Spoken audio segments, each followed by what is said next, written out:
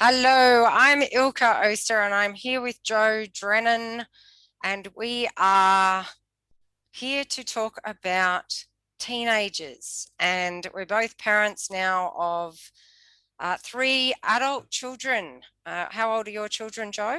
They are 24, 22, and 20. Yes, and mine are around the same age. And we're going to be learning lots of things like this is what we've written down here. That is the most important stuff that we want to get across to you.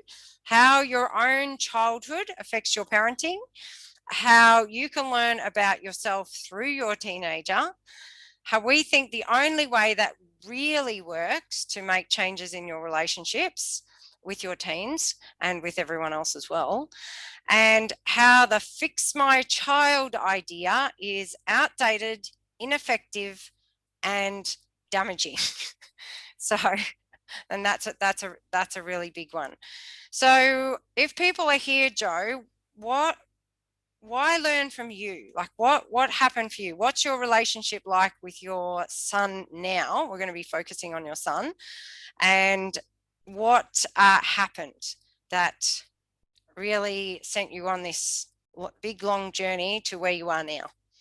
Ah, um, well, now our relationship is great. We can be in one another's company and we can be ourselves and we can talk to one another. We can have strong differences of opinion and still express those to one another and neither of us feel judged and he's let me know this and we recently even had like a 13-hour car trip together and some of the conversations we could have I was like tearing up under my sunglasses while we're driving because we were speaking like two calm adults who respected one another. And that was Yes. pretty amazing considering what we'd been through. Yes.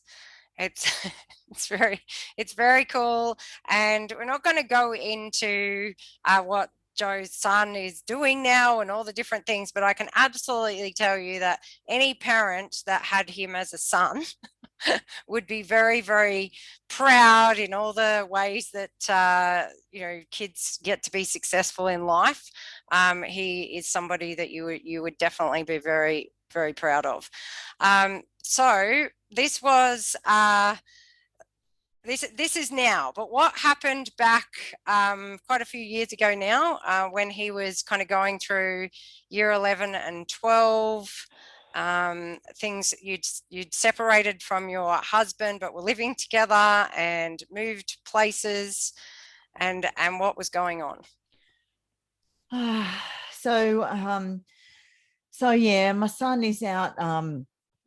He hates school. He's pretending he's going to school, but he's not going. He's off smoking pot with his friends. He's telling us lies about where he is on the weekend, so just so he can go and hang out with his mates and drink and come home. And we kind of we know that he's lying. We know what's going on, but he's kind of worked out that he can go and do whatever he wants to do, come home, take a just sit there and take yelling for what could be an hour that gets louder and louder and louder, and he doesn't say anything. He's just got his straight face on and he just waits till the yelling's finished and he goes to his room and no, nothing changes, and this pattern just gets played over and over and over.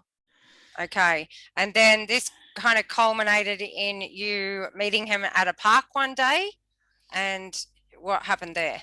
um so it was, yeah, the behavior continued, and then I had moved out. My husband and I, we'd divorced and we'd separated homes, and the kids came with me, and it was getting more regular, and the police were involved. It was kind of amping it up. Yeah. And I was getting angrier, and there was no very little talking to one another. There was lots of slamming doors, slamming plates around, like yeah, wasn't very pleasant in our home at all. And I had a younger child as well. And yep, this I had reached out to my ex-husband and told him that I wanted to have a chat. And the three of us met in the park one day, and it quickly turned into the same thing that we had done always. He's sitting there silent, and we raise our voice at him and yell and, why are you doing this? Why? You've got to change your behavior. You've got to stop doing this rubbish. You've got to concentrate on school, and you've got to get a job, and you've got to all these, like, these doing things, zero feeling things, because Mm. that's not somewhere I could go. And in the end, he's broken down, and he's gone, you don't understand, you don't understand, you don't understand. And he told us that he tried to take his life. He took 20 pills, and he didn't want to wake up the next day. Yeah. And I mean, Joe's is upset and emotional now, but back then you actually told me that you got quite angry. Like Oh, it wasn't like you were able to even go anywhere with him with that. Like you were so closed down yourself. couldn't go. Oh, mate, are you okay? Yeah. No, nothing Yeah. like that. It's Yeah. anger. It's questioning, is he telling the truth, or is he just Mm, trying to manipulate me? yeah.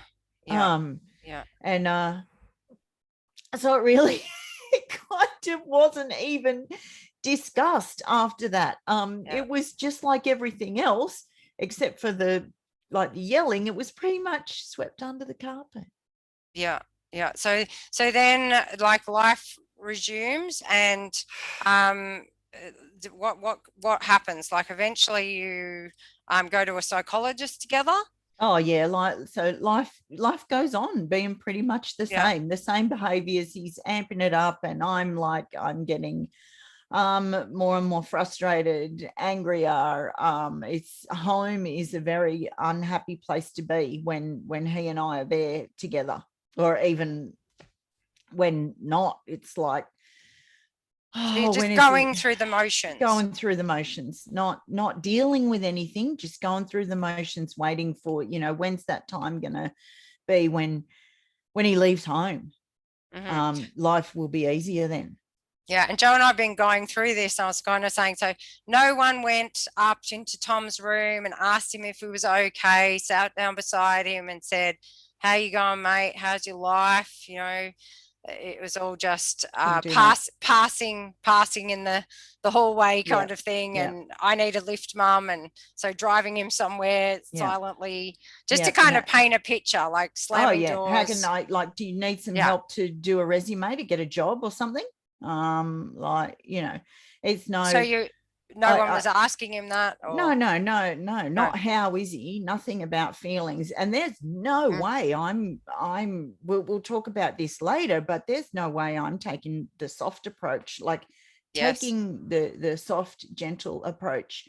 Whoa, I'm going to be at a big risk there of rejection. Yeah. Um, Yeah. he's not going to be kind to me. I've already set up in my mind he's not going to be kind to me, so I'm not going first at being kind. He has to Yeah. change his ways first. Yeah. Yeah. Like you and your husband are just really, really frustrated and angry. Yeah, Yeah. yeah, And the more he behaves in a way that you don't like, the angrier and more frustrated you get. yes, Yeah. yes. Okay. So then you told me you all went off to the psychologist, all three of you, and you stepped into his office, and what happened? Oh gosh, never would I recommend the way that we did it. So the psychologist, so there's the three of us there. My son is in the middle between us, and first my ex-husband speaks, and it's basically a barrage of criticisms of my son and his behaviors. And this went on for what felt like a very long time, maybe 10-15 minutes. And it's kind of, I think Tom was angry, angry sitting in he was angry before we went. In fact, I don't know how we got him to agree to come, but anyway, we were there, and then the psychologist asked me, what about you, Joe? What do you think about all of this? And I said, I just want a way for us all to move forward together, for us to be okay with one another again. And shortly, so he said, okay. And shortly after that, my ex-husband and I left the room, and then it's my son is in there with him, and the big thing is that it was all about sending him there to like fix him.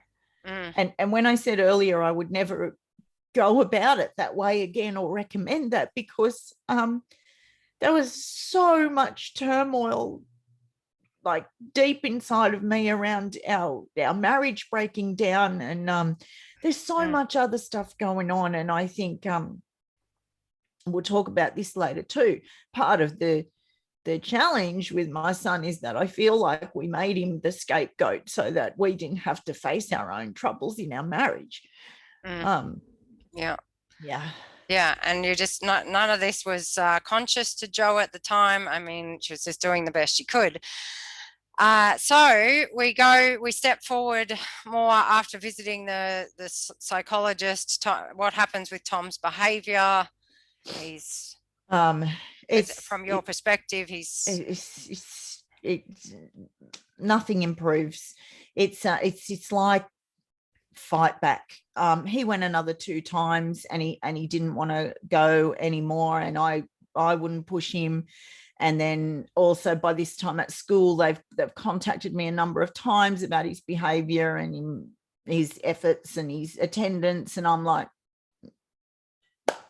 do whatever you need to do. I'm out. I've done as much as I can do, and do whatever you need to do from your end. And things got worse at home, and Tom's going out at night. He's not coming home when you've asked him to come home. He's doing more drugs. He's doing more like drinking more alcohol. He's doing all sorts of things that you don't agree with. Yeah, and a big one for a lot of parents. So no school's falling away, but there's no job either. So I come from a background where you're either going to school or you go to work. Yeah. You don't lay around the house and, Monday comes and you're hungover and you don't want to do anything. That's like, no, there's either school or work. Yeah. Yeah. So given that you have these beliefs, you're getting angrier and more frustrated. Yeah. And things are not improving. So then he gets thrown out of home and he goes to your home and goes to live with your husband. Yeah. This is I'm like your father can have a turn. He can see how hard it is. And for years after, like I look back on it and can say to myself that I asked his dad. I asked that he could go and live with his dad for a while, whereas my son just saw it as me kicking him out. And he was furious on the day that he was packing his stuff up.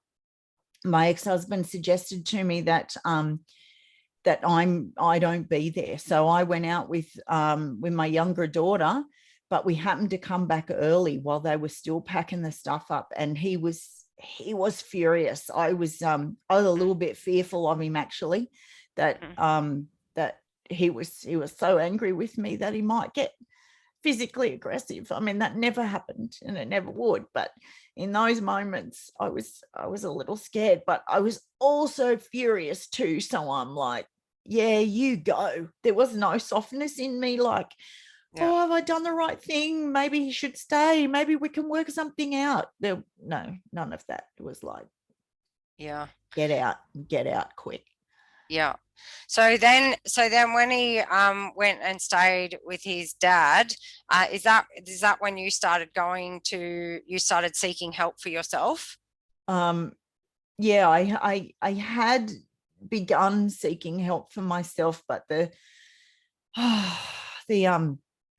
the most powerful help that I did receive, which was probably the most difficult as well, was when I went to an EFT practitioner, and I've been seeing on and off seeing hypnotherapists, counselors, psychologists since I was 17. But when I went to see this practitioner, and I started in on Tom, big stories about my son and why can't he change? He's doing this, he's doing that. And she would always bring it back to, what about you, Jo? What's going on inside you? What are you feeling? I didn't even know what she meant by that. Like when she said to me, what are you thinking? I could get there. But I'm already furious. I'm already really angry, really frustrated. And the anger went to an even new level when she suggested that my challenges, my problems were more about me than about my son. Yeah. So that was kind of the major turning point. Yes. Yeah. Yes.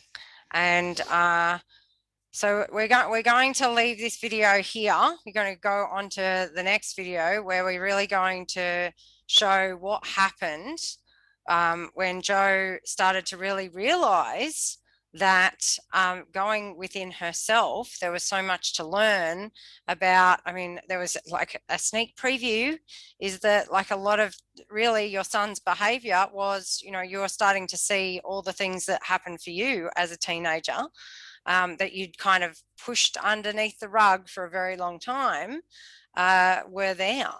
So we're going to be asking Jo more about that, and what showed up that she could see was just a total mirror of of her own teenage years, and she'd never really dealt with any of the shame, the guilt, all the different things that she'd experienced then. So we're going to learn about what happened, how that all panned out, and how this can also help you to see maybe how your own teenager is really an opportunity. Like that's our favorite expression, isn't it? Yeah. Your teenagers, your children are your greatest teachers. They're going to show you where all your inner work, all the ways they bother you, is really about you. Yeah. And you're the only person that you can change. So we'll see you on the next video. Yay.